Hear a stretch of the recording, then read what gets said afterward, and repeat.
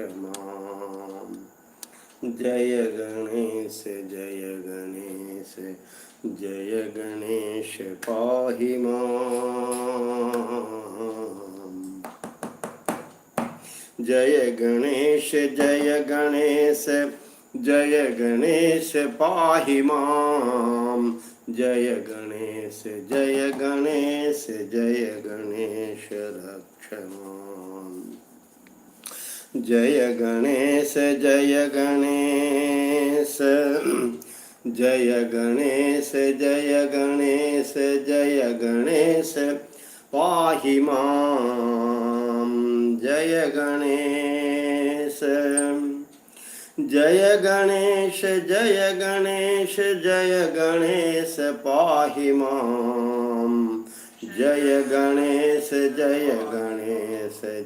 गणेश रक्ष माम्।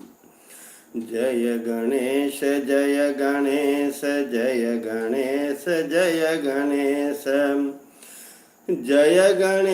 जय गणेश जय गणेश पाहि माम्।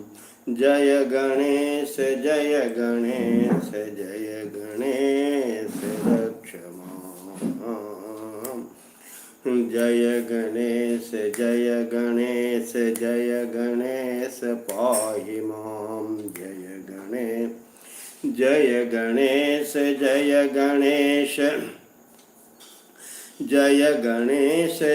जय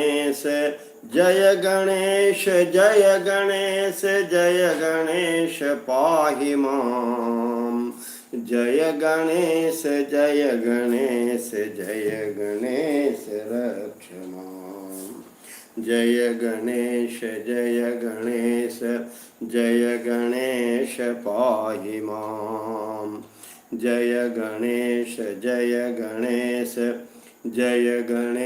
पाहि माम्। जय गणेश पाहि माम्। जय गणेश रक्ष माम्। जय गणेश पाहि माम्। जय गणेश रक्ष माम्।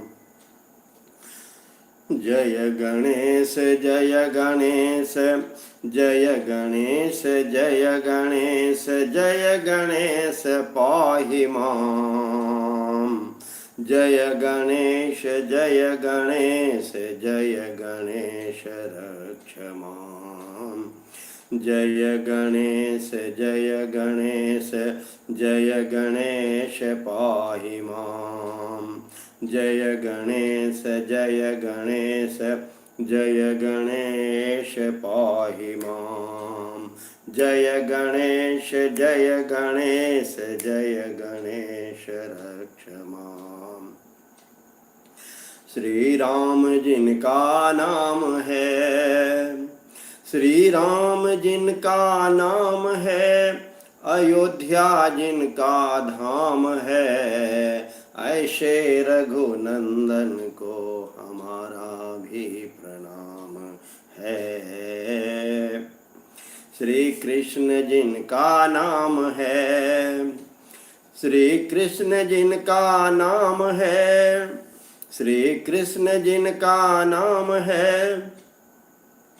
गोकुल जिनका धाम है, ऐसे योग दाता को हमारा भी प्रणाम है। जय गणेश जय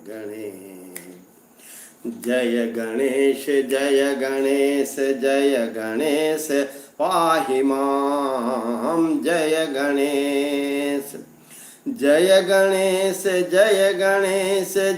गणेश पाहि माम्। जय गणेश रक्ष माम्। जय गणेश। हरि ओम तत्सत्। हरि ओम तत्सत्। हरि ओम तत्सत हरि ओम तत्सत हरि ओम तत्सत हरि ओम तत्सत हरि ओम तत्सत हरि ओम तत्सत हरि ओम तत्सत हरि ओम तत्सत हरि ओम तत्सत हरि ओम तत्सत हरि ओम तत्सत। हिमाचल कुमारी ने शिव जी से पूछा, हिमाचल कुमारी ने शिव जी से पूछा, कहो कौन सा मंत्र है सबसे प्यारा। हिमाचल कुमारी ने शिव जी से पूछा, हिमाचल कुमारी ने शिव जी से पूछा, कहो कौन सा मंत्र कल्याणकारी। मैया पार्वती प्रभु शिव से पूछते हैं कि हे प्रभु, वो कौन सा मंत्र है जो हमारे लिए ही नहीं पूरे विश्व के लिए, सबों के लिए कल्याणकारक मंत्र है। तो प्रभु श्री कृष्ण मैया पर प्रसन्न होकर प्रभु श्री कृष्ण कहते हैं, उमा से प्रसन्न हो कहा शिव ने तत्क्षण, उमा से प्रसन्न हो कहा शिव ने तत्क्षण, महामंत्र है एक कल्याणकारी। हरि ओम तत्सत हरि ओम तत्सत हरि ओम तत्सत हरि ओम तत्सत, महामंत्र है ये जपा कर हरि ओम तत्सत हरि ओम तत्सत हरि ओम तत्सत हरि ओम तत्सत, महामंत्र है ये जपा कर हरि ओम तत्सत हरि ओम तत्सत हरि ओम तत्सत हरि ओम तत्सत, महामंत्र है ये जपा कर महामंत्र है ये जपा कर हरि ओम तत्सत हरि ओम तत्सत हरि ओम तत्सत हरि ओम तत्सत हरि ओम तत्सत हरि ओम तत्सत हरि ओम तत्सत हरि ओम तत्सत, महामंत्र है ये जपा कर महामंत्र है ये जपा कर हरि ओम तत्सत हरि ओम तत्सत, महामंत्र है ये जपा कर महामंत्र है ये जपा कर हरि ओम तत्सत हरि ओम तत्सत हरि ओम तत्सत हरि ओम तत्सत हरि ओम तत्सत हरि ओम तत्सत हरि ओम तत्सत, महामंत्र है ये जपा कर हरि ओम तत्सत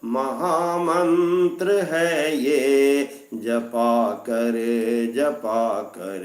हरि ओम तत्सत, हरि ओम तत्सत, हरि ओम तत्सत, हरि ओम तत्सत। महामंत्र है ये, जपा कर हरि ओम तत्सत, हरि ओम तत्सत, हरि ओम तत्सत, हरि ओम तत्सत। महामंत्र है ये, जपा कर महामंत्र है ये, जपा कर हरि ओम तत्सत, हरि ओम तत्सत। महामंत्र है ये, महामंत्र है ये, जपा कर हरि ओम तत्सत, हरि ओम तत्सत। हिमाचल कुमारी ने शिव जी से पूछा, हिमाचल कुमारी ने शिव जी से पूछा, कहो कौन सा मंत्र कल्याणकारी। हिमाचल कुमारी ने शिव जी से पूछा, हिमाचल कुमारी ने शिव जी से पूछा, कहो कौन सा मंत्र कल्याणकारी। उमा से प्रसन्न हो कहा शिव ने तत्क्षण, उमा से प्रसन्न हो कहा शिव ने तत्क्षण। महामंत्र है एक कल्याणकारी, हरि ओम तत्सत, हरि ओम तत्सत, हरि ओम तत्सत, हरि ओम तत्सत, हरि ओम तत्सत, हरि ओम तत्सत। महामंत्र है ये, जपा कर हरि ओम तत्सत, हरि ओम तत्सत, हरि ओम तत्सत, हरि ओम तत्सत। महामंत्र है ये, जपा कर।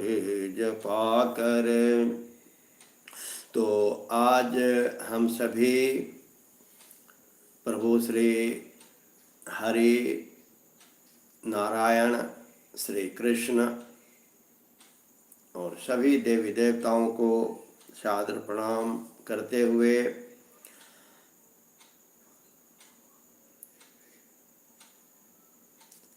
श्रीमद् भागवतम महापुराण का जान कह सकते हैं, महारास प्रभु की लीला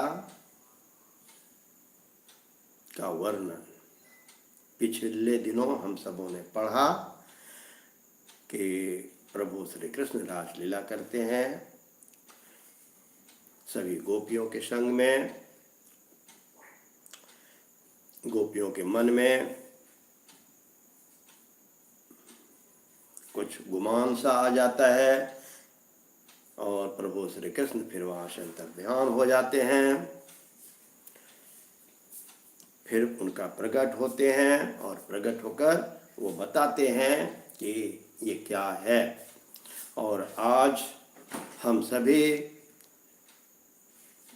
उन जिनकी लीला का वर्णन सात समुद्र की मसीकरों लेखनी सब बन रहा है, धरती सब कागज करूं प्रभु गुण लिखा न जाए।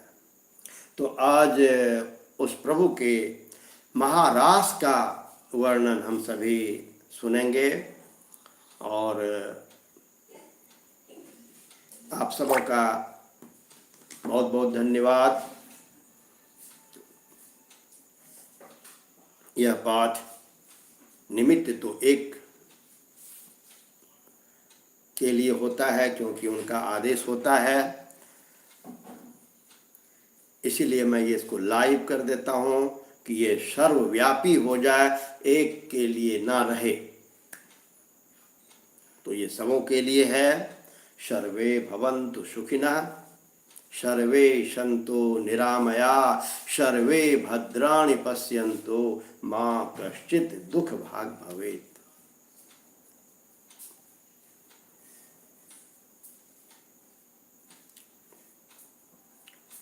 मैं आभारी हूँ उन कृष्ण प्रेमियों का, उन सनातन प्रेमियों का जो कनाडा से, अमेरिका से लाइव देख रहे हैं। आपके लिए विशेष प्रार्थना है। प्रभु श्री कृष्ण, आप दूर देश रहते हुए भी आपकी इतनी आस्था प्रभु श्री कृष्ण के प्रति, हमारे सनातन धर्म के प्रति देखकर ऐसा लगता है कि सनातन सनातन था, सनातन है, सनातन रहेगा। मातृदेवो भव, पितृदेवो भव, आचार्य देवो भव, अतिथि देवो भव। सर्वेभ्यां नमो नमः। आप सबों को सादर अभिवादन नमस्कार करते हुए अज्ञानी रूपी तुच्छ छोटा ज्ञान और इतनी बड़ी ग्रंथ पढ़ने का प्रयास करता हूँ। प्रभु श्री कृष्ण की कृपा, महर्षि वेदव्यास जी की कृपा बनी रहे। नारायणं नमस्कृत्य नरं चैव नरोत्तमं, देवीं सरस्वतीं व्यासं ततो जयमुदीरये। नारायणं नमस्कृत्य नरं चैव नरोत्तमं, देवीं सरस्वतीं व्यासं ततो जयमुदीरयेत्। श्री कृष्ण गोविंद हरे मुरारे। राम 2 अक्षर का नाम है राम, बलराम, कान्हा। कोई भी नाम हो, नाम लेते रहना है हमेशा, हर पल, जब तक ये प्राण है, इस सांस में उनका नाम आते जाते रहना चाहिए। किसी को पता भी नहीं चल पाएगा कि मैं क्या ले रहा हूं। तो हमेशा इस तन को भाई वीण बना लो। ये जो शरीर है, इसको हम वीणा बना लेते हैं। इस तन को भाई वीण बना लो, मधुर स्वरों का तार सजा लो। राम नाम झंकार रसना, हरि हरि बोल। हरि हरि बोल भाई, हरि हरि बोल, हरि हरि बोल भाई, हरि हरि बोल।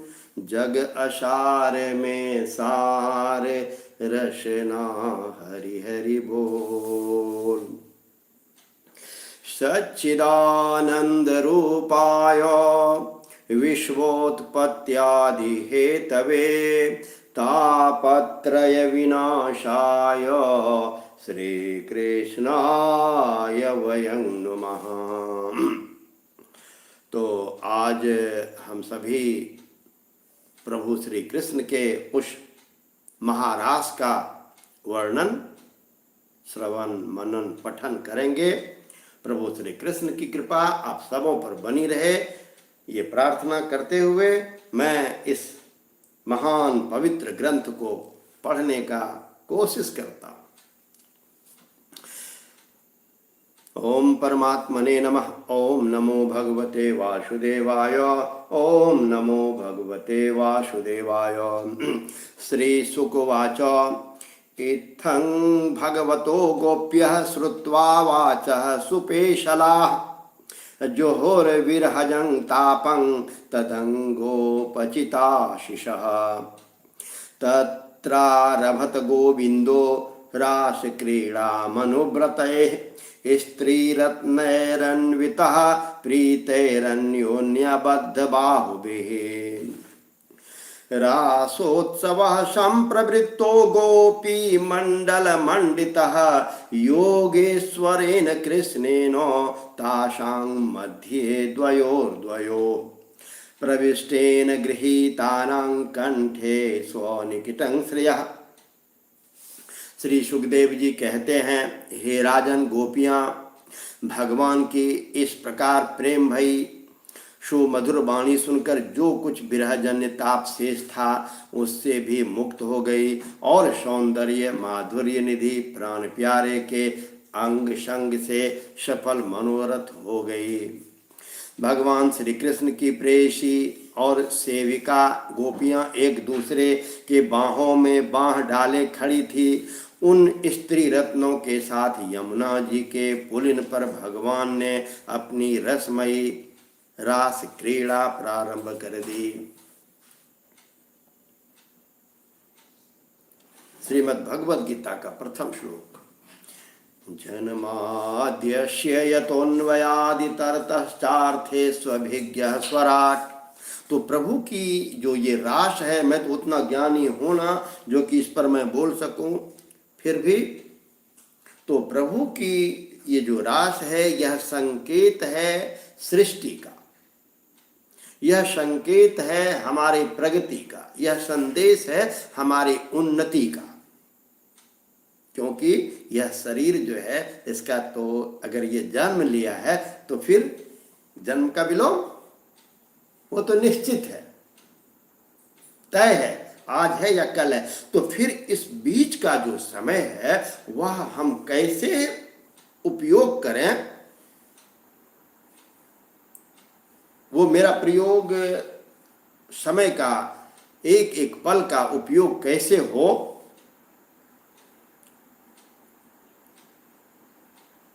जिससे कि हमारे देश का, इस विश्व का कल्याण हो, हम उन्नति के पथ पर बढ़ते रहें, यह संदेश ही प्रभु श्री कृष्ण हमें इस महारास में देंगे।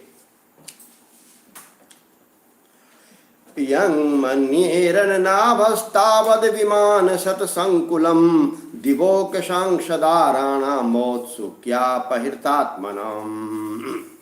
भगवान श्री कृष्ण की प्रेयसी और सेविका गोपियां एक दूसरे की बाह में बाहें डाले खड़ी थी। उन स्त्री रत्नों के साथ यमुना जी के पुलिन पर भगवान ने स्वयं अपनी रसमयी रास क्रीड़ा प्रारंभ कर दी। संपूर्ण योगों के स्वामी भगवान श्री कृष्ण दो दो गोपियों के बीच में प्रकट हो गए और उनके गले में अपना हाथ डाल दिया। इस प्रकार एक गोपी और एक कृष्ण, यही क्रम था। सभी गोपियां ऐसा अनुभव करती थी कि हमारे प्यारे तो हमारे ही पास हैं।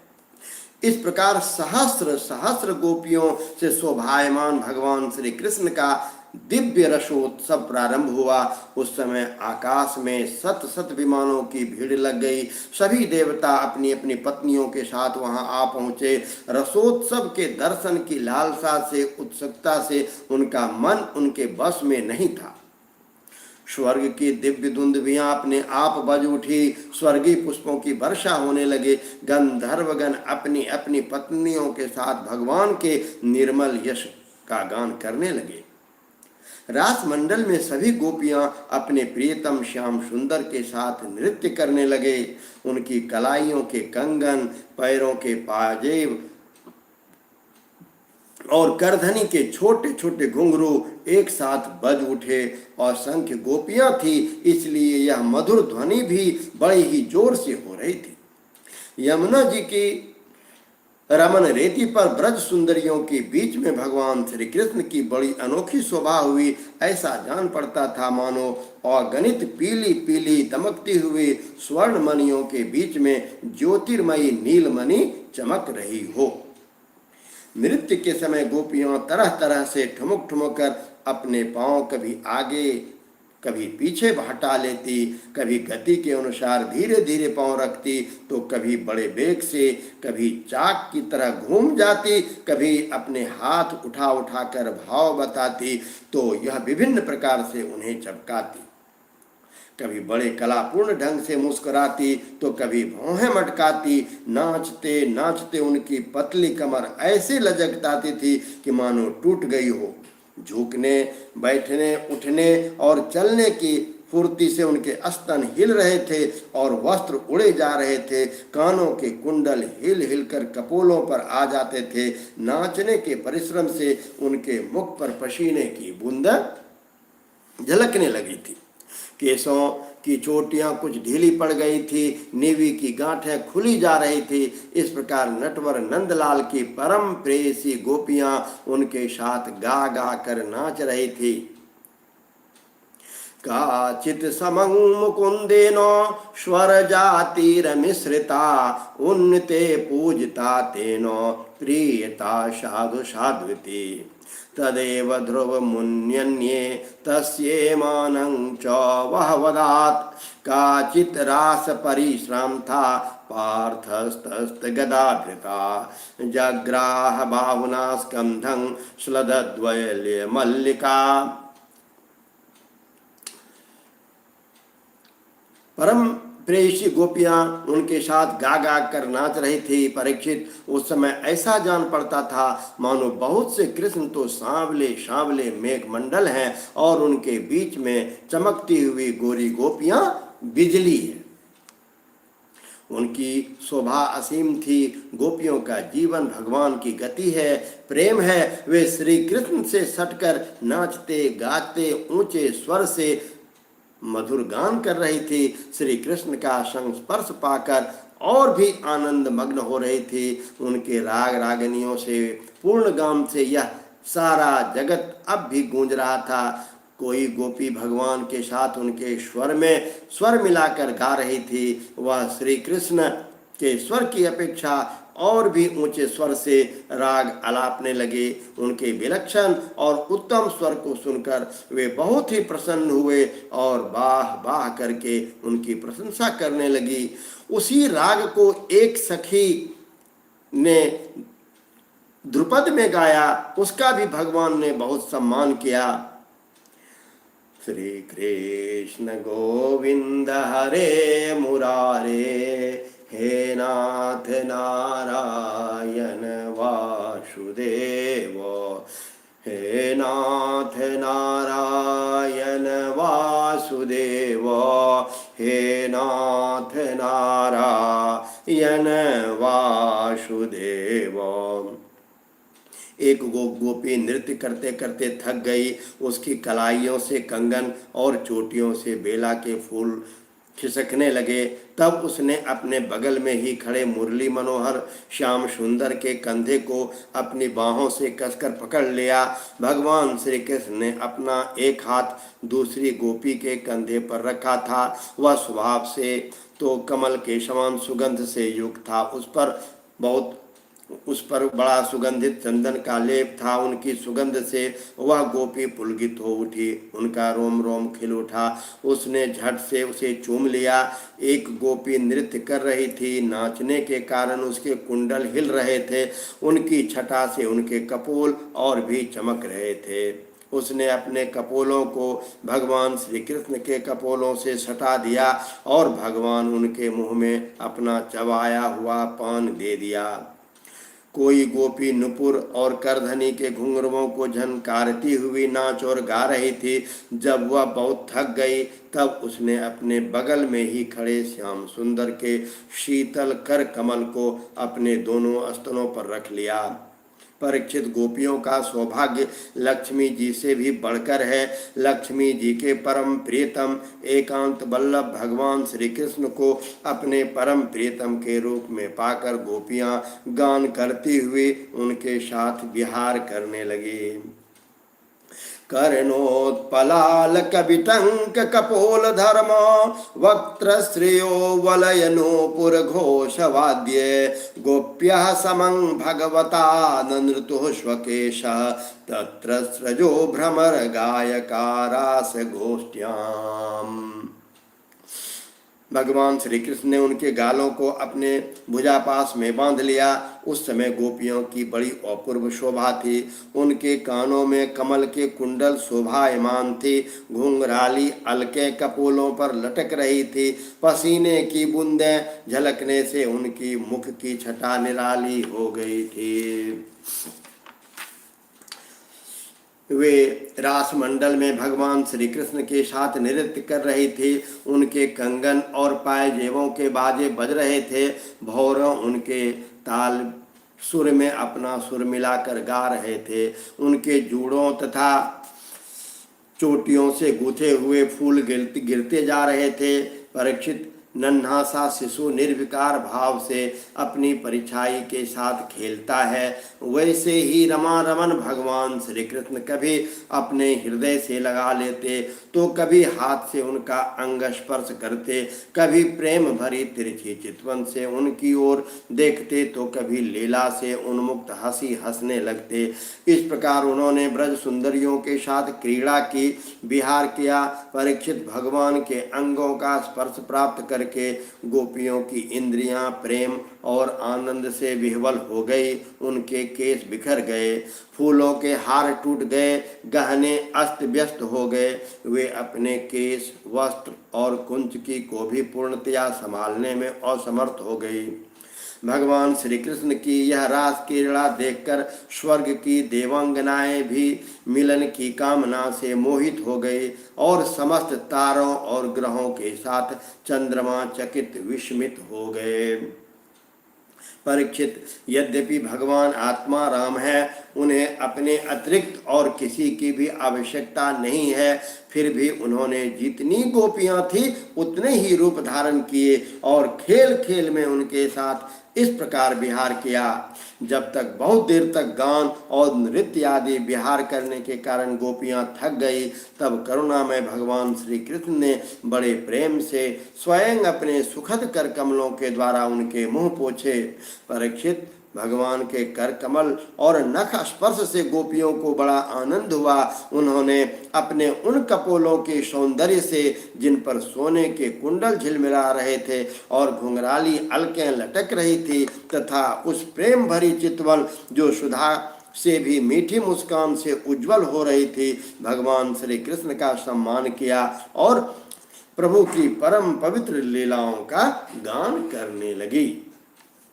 इसके बाद जैसे थका हुआ गजराज किनारे को तोड़ता हुआ हथिनियों के साथ जल में घुसकर क्रीड़ा करता है, वैसे ही लोक और वेद की मर्यादा का अतिक्रमण करने वाले भगवान ने अपनी थकान दूर करने के लिए गोपियों के साथ जल क्रीड़ा करने के उद्देश्य से यमुना के जल में प्रवेश किया। उस समय भगवान की बनमाला गोपियों के अंग की रगड़ से कुछ कुचल सी गई थी और उनके वक्षस्थल की केसर से वह रंग भी गई थी। उसके चारों ओर गुनगुनाते हुए भौरे उनके पीछे इस प्रकार चल रहे थे मानो गंधर्वराज उनकी कीर्ति का गान करते हुए पीछे पीछे चल रहे हैं। परीक्षित, यमुना जल में गोपियों ने प्रेम भरी चितवन से भगवान की ओर देख देख कर हंस हंस कर उन पर इधर उधर से जल की खूब बौछारें की। उस उलीच कर जल को उन्होंने खूब नहलाया। विमानों पर चढ़े हुए देवता पुष्पों की वर्षा करके उनकी स्तुति करने लगे। ततश्च कृष्णो पवने जलस्थल प्रसून गंधानिल जोष्ट दिक्तटे चचार भृंग प्रमदा गणावृतो यथा मदच्युत द्विरिदः करेणुवे। एवं शशांका सुविराजिता निशा सौशत्यकामोऽनुरता बलागनः शिशेव आत्मन्यवरुद्ध शौरतः शर्वा शरत्काव्यकथारशास्त्रयाः। इस प्रकार यमुना जल में स्वयं आत्माराम भगवान श्री कृष्ण ने गजराज के समान जल विहार किया। इसके बाद भगवान श्री कृष्ण ब्रज युवतियों और भौरों की भीड़ से घिरे हुए यमुना तट के उपवन में गए। वह बड़ा ही रमणीय था। उसके चारों ओर जल और स्थल में बड़ी सुंदर सुंदर सुगंध वाले फूल खिले हुए थे। उनकी सुवास लेकर मंद मंद वायु चल रही थी। उसमें भगवान इस प्रकार विचरण करने लगे जैसे मदमत्त गजराज हथिनियों के झुंड के साथ घूम रहा हो। परीक्षित, शरद की वह रात्रि जिसके रूपों में अनेक रात्रियां पूंजीभूत हो गई थी बहुत ही सुंदर थी। चारों ओर चंद्रमा की बड़ी बड़ी सुंदर चांदनी छिटक रही थी। काव्यों में शरद ऋतु की जिन रस सामग्रियों का वर्णन मिलता है उस सभी से वह युक्त थी। उसमें भगवान श्री कृष्ण ने अपनी प्रेयसी गोपियों के साथ यमुना के पुलिन यमुना जी और उनके उपवन में विहार किया। यह बात स्मरण रखना चाहिए कि भगवान सत्य संकल्प हैं। यह सब उनके चिन्मय संकल्प की ही चिन्मयी लीला है और उन्होंने इस लीला में काम भाव को, उसकी चेष्टाओं को तथा उसकी क्रियाओं को सर्वथा अपने अधीन कर रखा है, उन्हें अपने आप में कैद कर रखा है। राजा परीक्षित ने कहा, भगवान श्री कृष्ण सारे जगत के एकमात्र स्वामी हैं। उन्होंने अपने अंश श्री बलराम जी सहित पूर्ण रूप से अवतार ग्रहण किया था और उनके अवतार का उद्देश्य ही यह था कि धर्म की स्थापना हो और अधर्म का नाश।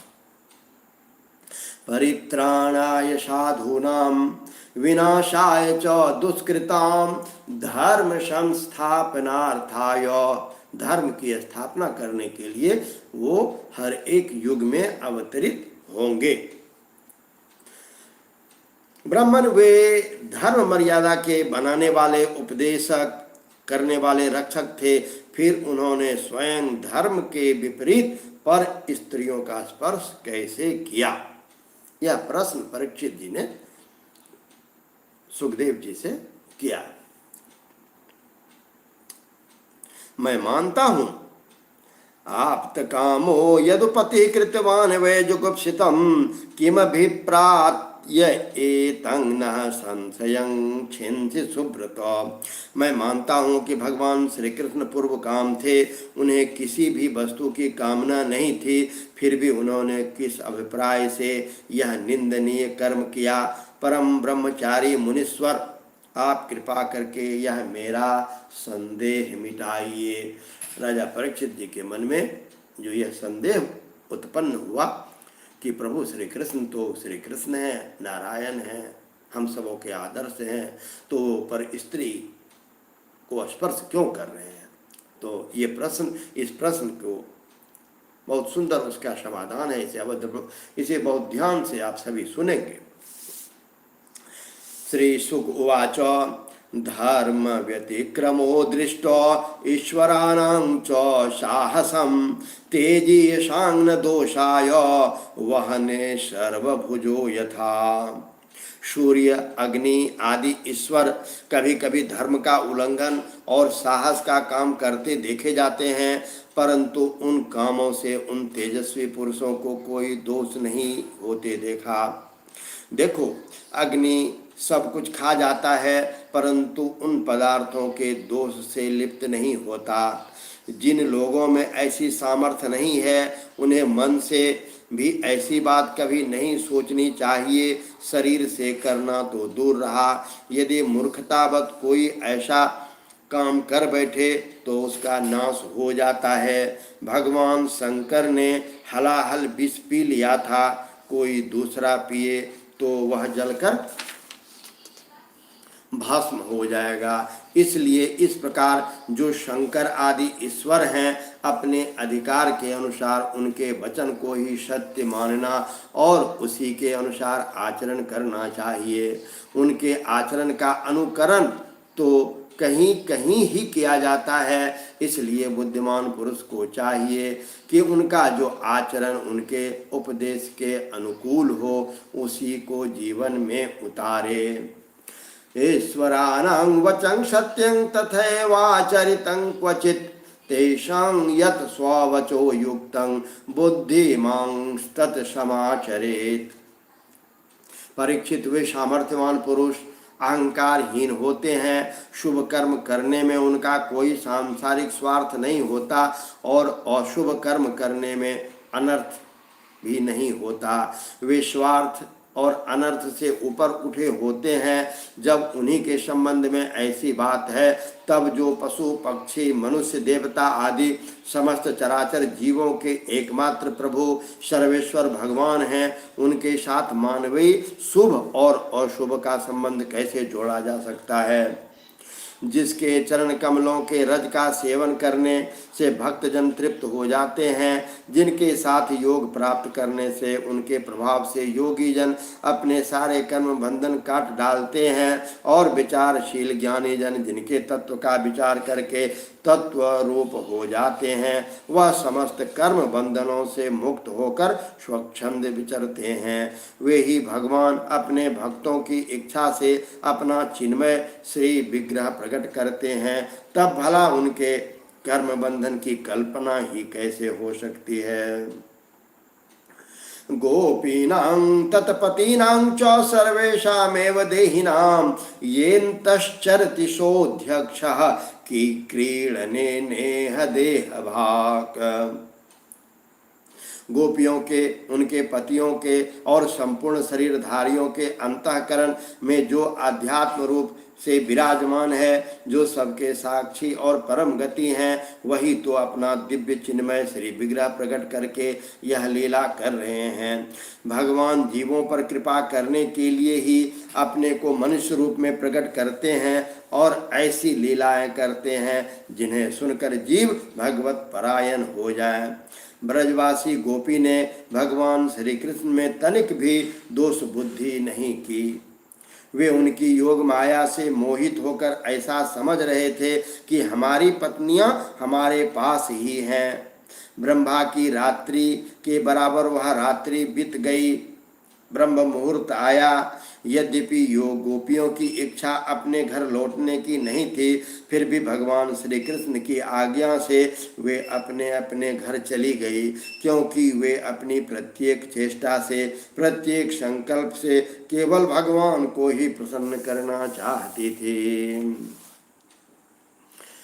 विक्रीडितं ब्रजवधूभिरिदं च विष्णो श्रद्धान्वितोऽनुशृणुयादथ वर्णयेद यः भक्तिं परां भगवते प्रतिलभ्य कामं हृदोद्गमाश्वापहिनोत्य चिरेण धीरः। परीक्षित, जो मनुष्य धीर पुरुष ब्रज युवतियों के साथ भगवान श्री कृष्ण के इस चिन्मय रास विलास का श्रद्धा के साथ बार बार श्रवण और वर्णन करता है, उसे भगवान के चरणों में पराभक्ति की प्राप्ति होती है और वह बहुत ही शीघ्र अपने हृदय के रोग काम विकार से छुटकारा पा जाता है। उनका काम भाव सर्वदा के लिए नष्ट हो जाता है। श्री कृष्ण गोविंद हरे मुरारे, श्री कृष्ण गोविंद हरे मुरारे, हे नाथ नारायण वासुदेवा, हे नाथ नारायण वासुदेवा। श्री, जब भी समय मिले आपके घर में ये पुस्तक होना तो अवश्य चाहिए, और जब ये पुस्तक नहीं है, ये हमारे धर्म ग्रंथ हैं, ये प्रभु श्री कृष्ण साक्षात रूप में श्रीमद् भागवत में वास करते हैं। तो हमें जब भी समय मिले, एक पेज, दो पेज, जितना भी हो, अवश्य पढ़ना चाहिए। फिर मिलते हैं। ओम नमो नारायणाय, ओम नमो नारायणाय, ओम नमो नारायण। जो भी भूल चूक हो, गलती हो, क्षमा करेंगे, माफ़ करते रहेंगे। और प्रार्थना इतनी ही हो कि जब तक ये प्राण है, जब तक ये वायु है, तब तक मैं इसी प्रकार से पाठ करता रहूं। जो भी हो गलत सही आप सबों के सामने मैं इसका वाचन पठन करता रहूं। प्रभु श्री कृष्ण की कृपा सबों पर बनी रहे। श्री कृष्ण गोविंद हरे मुरारे, श्री कृष्ण गोविंद हरे मुरारे, हे नाथ नारायण वासुदेव, हे नाथ नारायण वासुदेव। श्री कृष्ण गोविंद हरे मुरारे। और आप लोग कमेंट में अवश्य लिखेंगे कि कैसा लगा। और यदि आप लोगों को समय मिले तो आप जो देख रहे हैं, ये भित्ति चित्र दीवार पर जो बना हुआ ये चित्र देखते हैं, ये मंजूषा कला से अलंकृत कला है। और श्रीमद् भागवतम में वर्णित कथा के आधार पर यह चित्रित किया गया है। श्रीमद् भागवतम में जो एक कथा है, उसी के कथा के आधार को इस चित्र में चित्रित किया गया है। और यह चित्रण किया गया है, कलाकृति है श्रीमती सविता जी की। तो आप लोग इसे भी देख करके लिखेंगे कि उनकी कला कैसी लगी आपको। आप लोग उन्हें भी प्रोत्साहित करेंगे। सभी कोई हम लोगों का समय जो है वह कला, संस्कृति, साहित्य, संगीत, कला विहीन साक्षात पशु पुच्छ विषानहीन। हमारा जो समय है वह साहित्य और संगीत में बीतना चाहिए। तो आप लोग ये जो कलाकृति देख रहे हैं इस दीवार पर बना हुआ, इसके बारे में भी कमेंट में लिखेंगे कि कैसा लगा। प्रोत्साहित करते रहेंगे। बहुत बहुत धन्यवाद। ओम नमो नारायणाय, ओम नमो नारायणाय, ओम नमो नारायणाय। आज के लिए विदा लेता हूँ। आगे प्रभु श्री कृष्ण की इच्छा। जय श्री हरि।